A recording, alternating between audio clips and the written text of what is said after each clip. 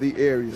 I want to thank NYCHA, FDNY, NYPD, NYSEM, DOB, and Deputy Mayor of Public Safety, and Con Edison for their swift response. And as the mayor, it's my obligation to ensure that the tenants and residents in this area are safe. I want to turn it over now to Commissioner Tucker. Then we will hear from NYSEM, Commissioner Jack Iskel, and finally the Borough President of the Bronx. Commissioner? Thank you, Mr. Mayor. Thank you. Good morning. It's Robert Tucker, the New York City Fire Commissioner. As the mayor said this morning, just after 8 a.m., the fire department was notified of an explosion. We responded in less than 4 minutes, and when our units got here, they alerted us to a major collapse of a structure attached to this building behind us. As you can see, numerous FDNY and EMS units responded to the scene. Luckily, as the mayor said, no one was injured. We ran our dogs over this pile of bricks that is behind us, which is the structure that collapsed. It is a ventilation shaft connected to the boiler, which collapsed. We believe that's where the explosion occurred, but that's going to be for our fire marshals and the NYPD and all of our investigative partners to investigate and explore. I just want to acknowledge the partnership among all the first responders. While we might have been here first, the fact is that nothing in public safety happens alone. And it's just a really amazing response, and thanks to our elected officials as well for getting out here as quickly as they did. All in all, a great response, and thank God no one was hurt. Thank you, Mr. Mayor. How are you? Thank you all so much for being here today. Really appreciate all the incredible response by the FDNY and some of our partners. Right now, we're kicking into the next phase of this operation, which is recovery. So this is a fairly large campus. We're working with our partners at NYCHA, DOB, Con Ed, our public safety agencies, and others, as well as our some of our community partners here on restoring services and taking care of the residents. So number one, the safety of the residents is of paramount importance, and that's the number one concern. We have building inspectors that are inspecting the foundation of the building and inspecting all of the apartments in the affected areas to make sure that the building is structurally sound for people that live in those wings. We've also opened up a reception center with NYCHA and with the Red Cross right here around the corner at the Mitchell Community Center at 210 Alexander Avenue. Any impacted residents, we encourage them to go there. They can register with the Red Cross, and if we need to do a vacate at some point in time, that's also where we'll run the operations for people getting additional housing. Anybody with any issues can call 311, or they can call the NYCHA number at 718-707-7771. What we're now doing is working with Con Ed, NYCHA, DOB, and some of these other partners. Some demolition is going to take place today to remove the remnants of that chimney, to get into the basement, and then to restore services, heat, hot water, and cooking gas to the campus. So really appreciate all the incredible work that has been done and all the work that will be done going forward. Thank you. Good morning. I am Bronx Borough President Vanessa L. Gibson, and I'm so thankful that we came here to the scene so quickly this morning. Incredible efforts by all of our first responders. I want to thank our mayor, Eric Adams, and all of our commissioners, Commissioner Robert Tucker. Thank you to Commissioner Zach Iskel and to all of our agencies. Thank you to Deputy Mayor Kaz Daughtry. Everyone came this morning here to Mitchell Houses, and as it has been said, we are thankful that there were no fatalities and no injuries, as we have learned that this happened in the boiler room. But most importantly for all of us, elected officials and community leaders here, we want to ensure that the structural integrity of this building here at Mitchell is maintained. There is a lot of concern, a lot of anxiety from the residents that live here at Mitchell about what happens in the long term. And so over the next several hours, as inspectors are in the building, we will do everything possible to make sure that we minimize the disruption and the anxiety of the residents and the families here in this working class community. I am so grateful for the FDNY, NYPD, sanitation, DEP, all of our elected officials, community board leaders. I'm thankful for NYCHA. This is something that has happened before, right here in the Bronx, in the West Bronx, almost 2 years ago. And so this is something that I've experienced before as borough president, and the mayor as well. We were on scene there. And we know there are a lot of questions, and we will make sure we answer every question. When this happened earlier this morning, many people had already left for their day, going to work in other places. Children were in school. And so over the next several hours at the evacuation center, we will make sure that residents are provided with food and other necessities as we ensure that the inspections are done in an efficient manner to make sure that both short-term and long-term goals are met when it comes to the safety of the building and the residents here at Mitchell. So once again, Mr. Mayor, thank you so much, and thank you everyone for being here, all of our agencies. This is an all-hands-on-deck moment, and we avoided a major disaster here. Although there is a lot of cleanup, I'm so grateful that no one lost their life. No one is in the hospital, and that is important to be acknowledged. We will learn through this investigation what happened, and we will make sure that measures are put in place to support all the residents and families here at Mitchell. So thank you so much to everyone for being here. It's so important that you recognize that we are all working together and collaboratively. I want to acknowledge and bring up our New York City Council Deputy Speaker, who represents this district, Diana Ayala.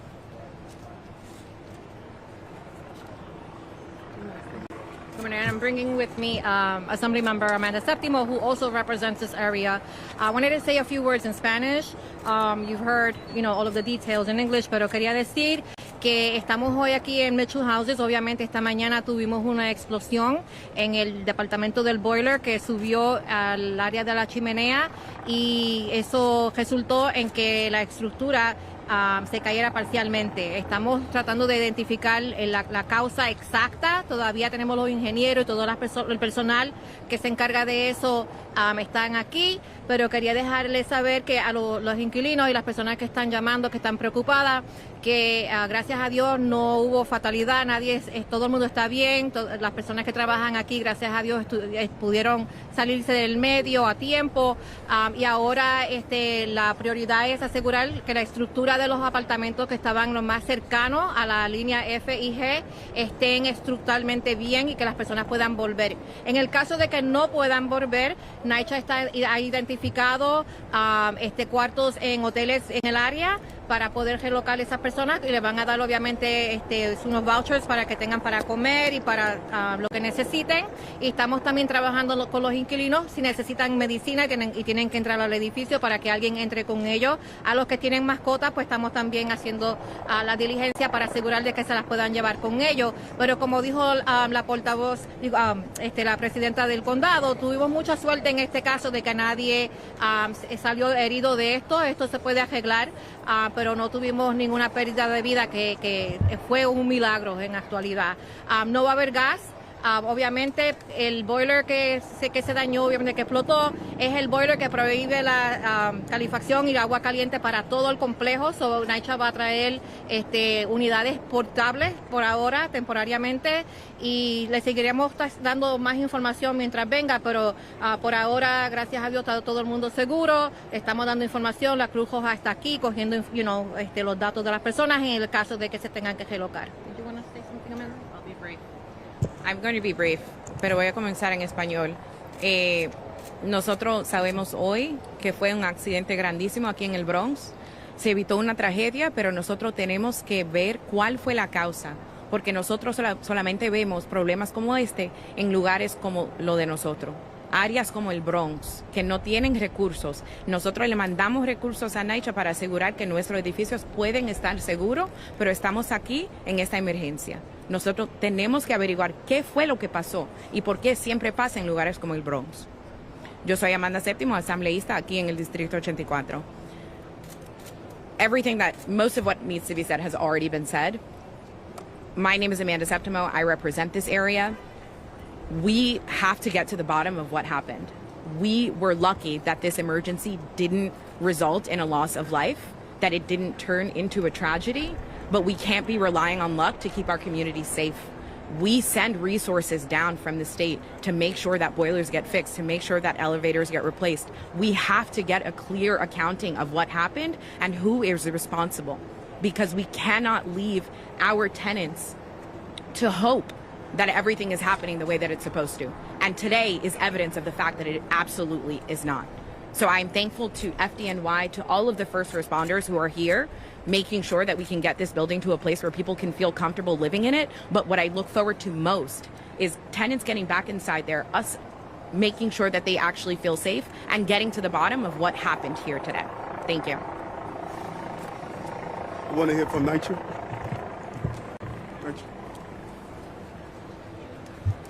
Thank you, everyone. I'm Eva Trimble, the Chief Operating Officer at NYCHA. I just want to reiterate the thanks to this interagency initiative this morning has been truly tremendous. The support we're getting from all the parties, NYPD, Con Ed, and of course FDNY, who is first on the scene. We are working closely with them on the investigation, but most importantly, we are working closely with our residents. We have significant amount of staff here on site right now, working with our residents, going door to door, making sure they have the services they need, and we'll continue to do that all morning and throughout this situation. Thank you. Thank you. To top. Who you call? Residents have been saying they've been smelling gas for weeks. What has been done with their concerns? They've told management. That's part of the investigation to determine if there was a gas leak here.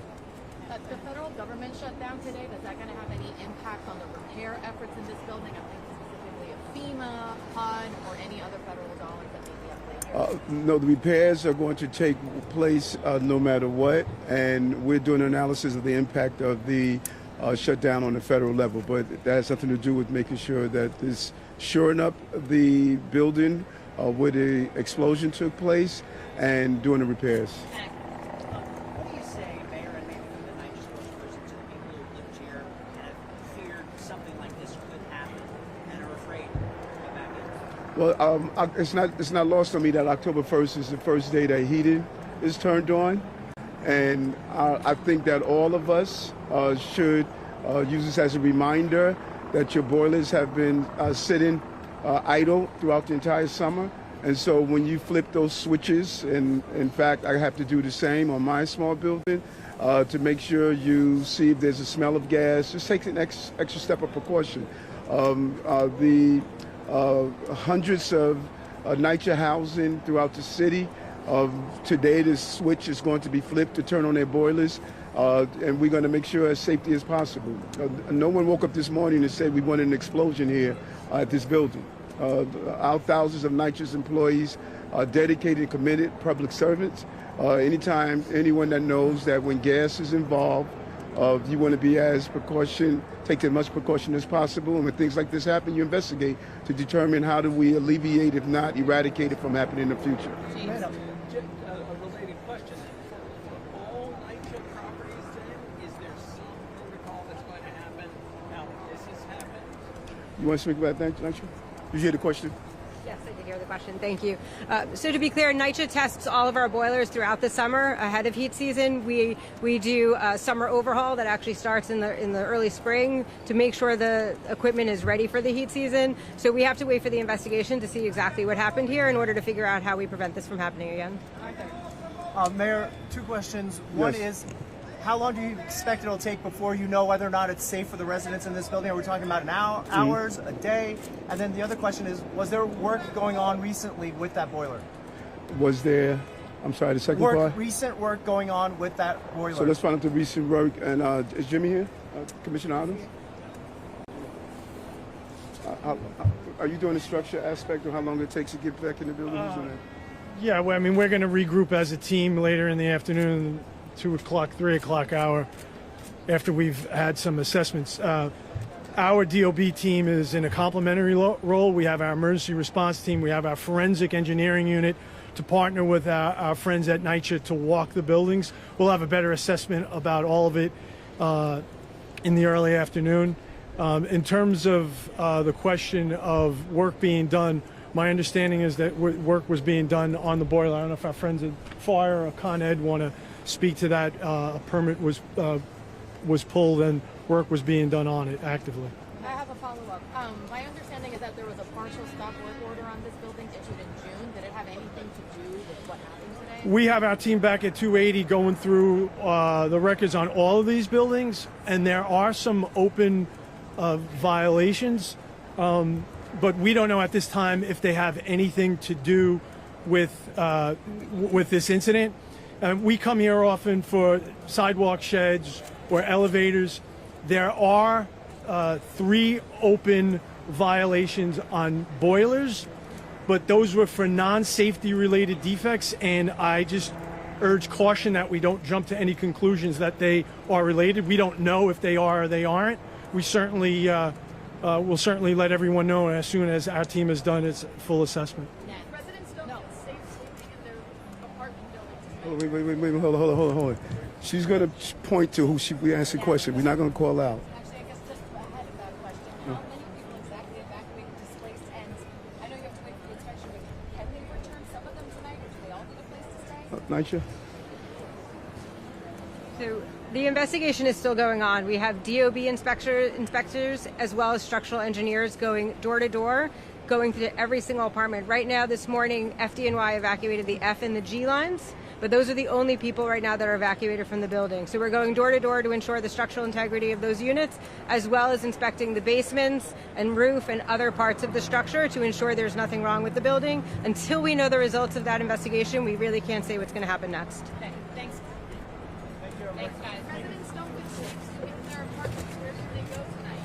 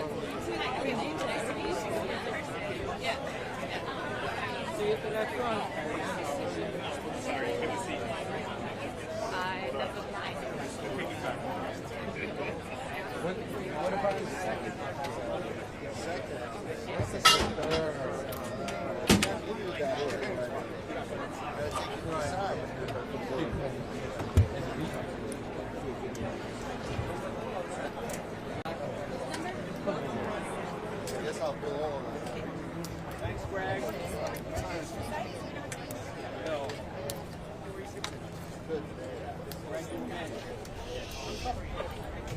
Wasn't me. Everybody's pulled. Thank you. We'll have another process.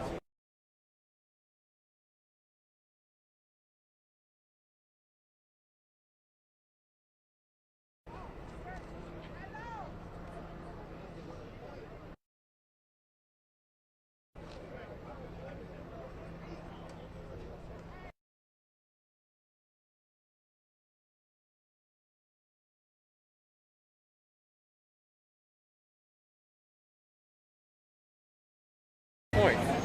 So you don't miss it? Come on.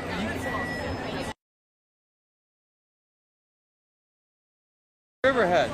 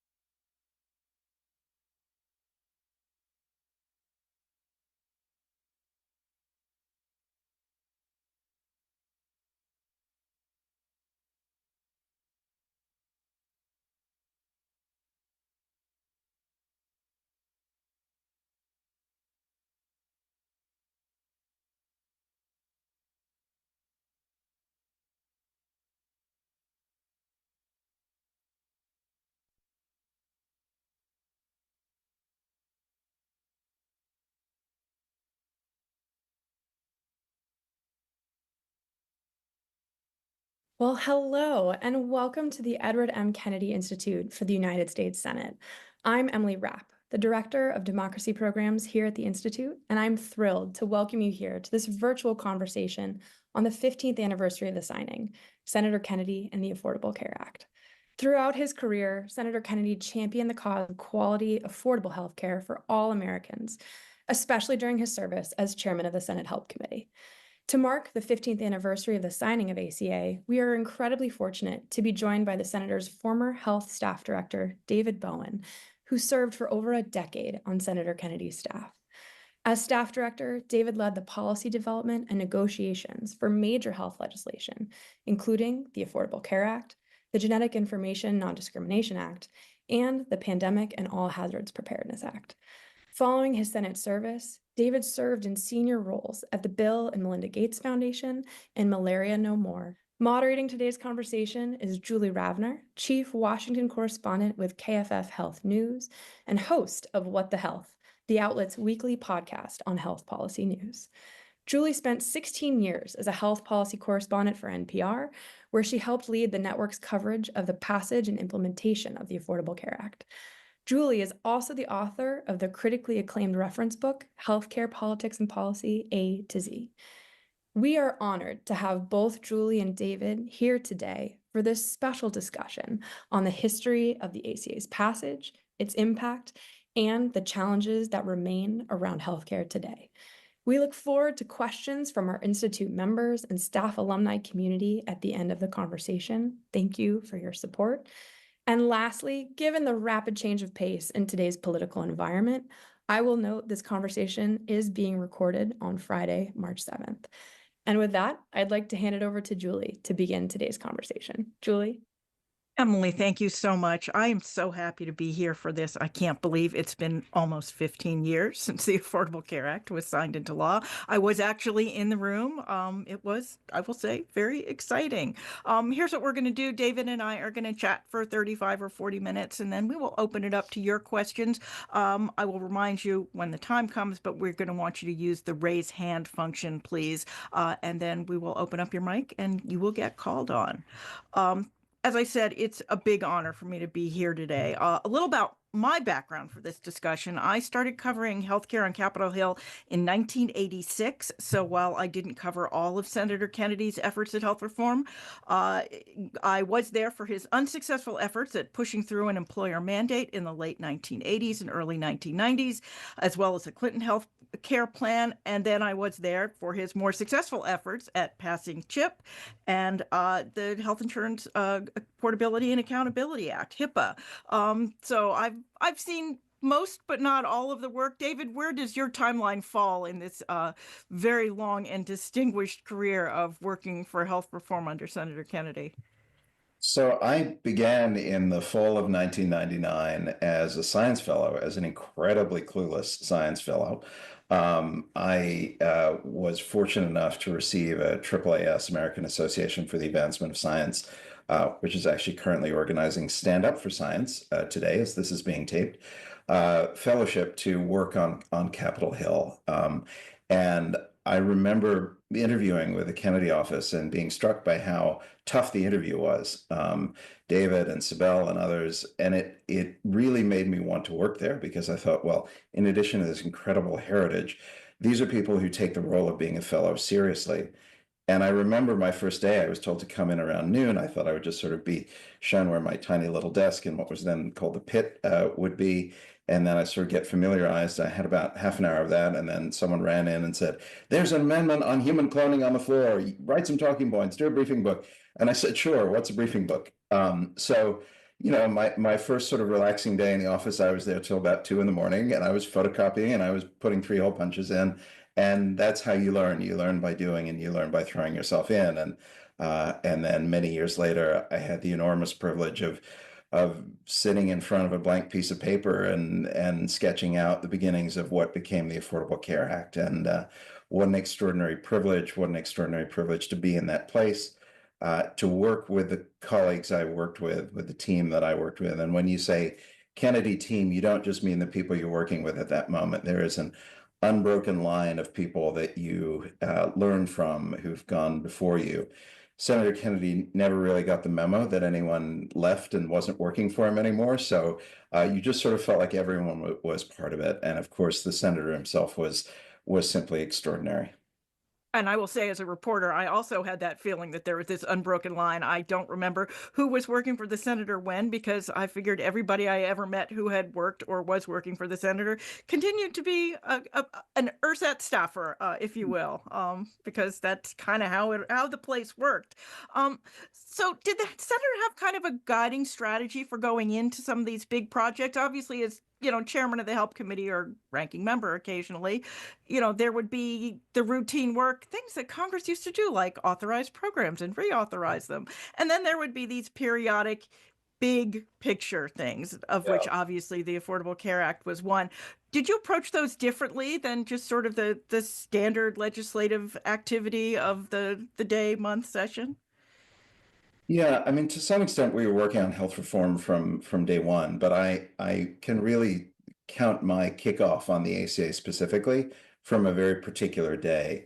And I was with Senator Kennedy in his hideaway, and many of the people on the line will know what that is when I say that. But it was his personal office in the Capitol at this extraordinary view down the mall, and it was full of personal mementos. And it was a very, very rare occasion because something on the schedule had gotten messed up, and he didn't have something else right away. And we had what was a real rarity, which was unscripted time. And it was in the middle of May in 2008, and we were just finishing work on genetic non-discrimination, on tobacco, on mental health parity, with other people leading the charge on those. And it was clear that was really sort of clearing the decks for what would be the big push. And we had time to talk, and he said, when we've got to. We talked about the Clinton process and how long it took. And I remember him clearly saying, like, I want my bill in on day one. The day we get back, I want my bill in. And, leaving me in no doubt whose responsibility it was to get that bill in on day one. And he talked about, well, if Barack gets in, we can do this. If it doesn't get in, then we can do these other things, but we need to push for this. And he very clearly conveyed to me that what we needed to do was get the best bill we could that could pass.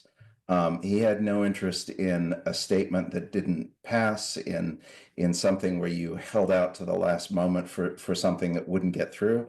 And I always felt that he was this extraordinary combination of, he was an idealistic pragmatist or a pragmatic idealist, and both of those coexisted.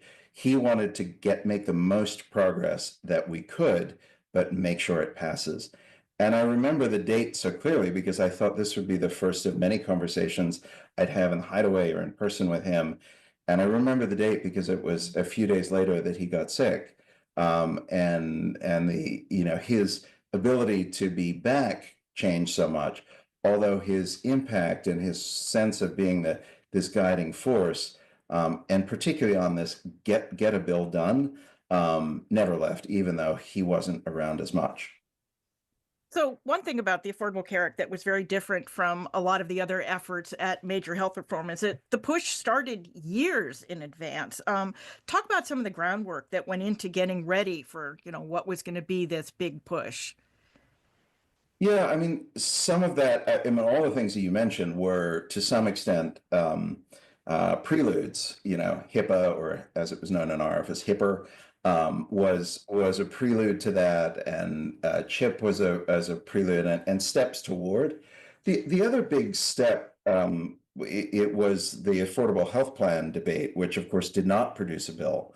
And had that passed, we would have had a very different and much more carved up kind of health market that it would have been, I think, more difficult to do some of the reforms that we ultimately put in the ACA. So that was, it was rare that Senator Kennedy defeated a bill, tried to defeat a health bill. Usually he would work to sort of modify it. But that one did go down, and it enabled, I think. Remind everybody which particular one you're talking about. Health plans. It was a Republican bill of a couple of years prior that would have essentially allowed insurance plans from unregulated or less protective states. But that one did go down, and it enabled, I think. Remind everybody which particular one you're talking about. Health plans. It was a Republican bill of a couple of years prior that would have essentially allowed insurance plans from unregulated or less protective states to be sold across state lines, notwithstanding the wishes of the recipient state. So it would have created a very much a race to the bottom of fewer and fewer protections, fewer and fewer consumer choices, and it would have made the gap between the status quo and what we did in the ACA even more. So one thing that I know also went on was that there were all of these sort of talks. I guess there were, I think I described it a few times as, industry suing for peace, that there had been so many efforts that had been tried and failed that perhaps this was a coming together. Yes, we did a number of roundtables or an ongoing roundtable series with industry, with unions, with experts, with consumer groups, and they were valuable for really several reasons. One, I mean, no one had done. I certainly had not done a comprehensive healthcare reform when the last time this went round, my predecessor, the legendary David Nexon, who was just an extraordinary person to learn from, and both personally and professionally, and in terms of knowledge. I mean, I always felt like, oh, can I possibly live up to what David would have done in this circumstance? That we convened these roundtables, the strange bedfellows, or took various names. It had the impact of helping educate on where people were, but it also kept people engaged. It's very hard to come out and beat up on a bill that you haven't seen yet, and where you're actively being engaged in the discussion. And so I thought it was valuable. And there were other kinds of things that went on as well. There were Senator Baucus did some things. He did a white paper. There was a thing in the White House. I mean, there were lots of things going on. But for our process, there was these series of meetings in our committee room. Where did the 2006 Massachusetts health reform bill sort of fall into the sort of inevitability of the Affordable Care Act? Obviously, this was something done by a Republican, Mitt Romney, who was then the governor of Massachusetts, and I think many people will have now forgotten. And I know Senator Kennedy was involved in that, even though it was a state program. Yes, he was very involved in that through my colleague Stacey Sachs, who worked extensively on the federal side of that. So we're. I think many people will have now forgotten.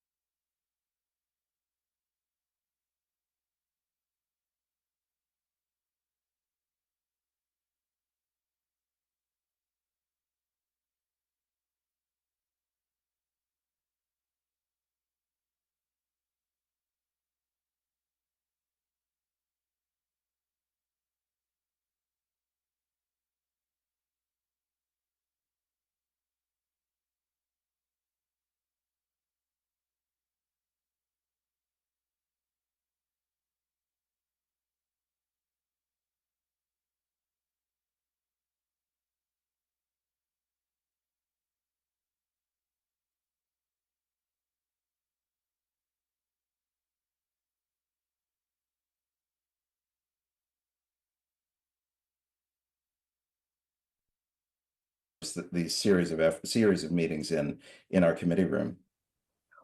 Where did the 2006